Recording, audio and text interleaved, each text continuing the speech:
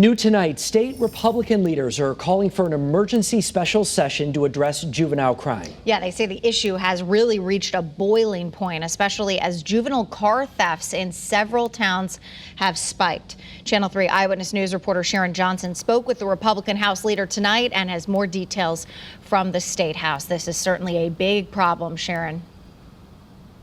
Mark and Aaron, it really is, and we've heard from police officers and residents over the past month in several different towns, and the message has been consistent that juvenile crime is out of control. Now, they've reached out to state leaders, and it seems like they're getting a response.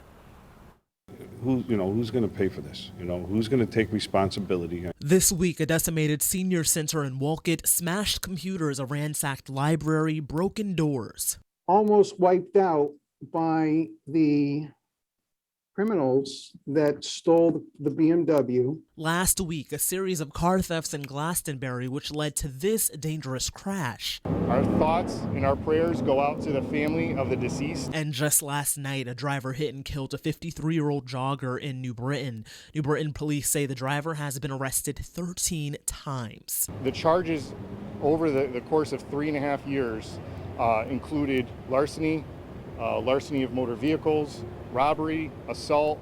The driver and the suspects in all of the crimes mentioned are teenagers. I think it's imperative that we address this issue. We cannot wait another year. State House Republicans are calling for a special session to address the issue. Republican House Leader Vincent Candelora says they introduced several bills this session for the juvenile system, including eliminating the limit of 6 hours a juvenile can be detained without a court order, including the Division of Children and Family Services for car theft or weapon repeat cases, and evaluating the need for support services for the individual or family. None of those passed. But we're not having a conversation about how to prevent these crimes, not just for the sake of the victims of the crimes, but even the ones committing them. Candelora says the laws in Connecticut have been allowing juvenile offenders to skirt consequences.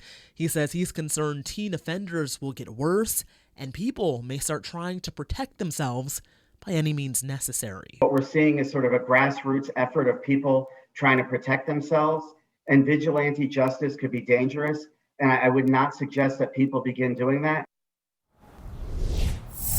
And in regards to the deadly hit and run in New Britain, Mayor Erin Stewart also chimed in saying that she's calling for a special session for juvenile accountability. Now, we reached out to Democrats to get their thoughts on having a special session, and we're still waiting to hear back. Live in Hartford tonight, Sharon Johnson, Channel 3 Eyewitness News.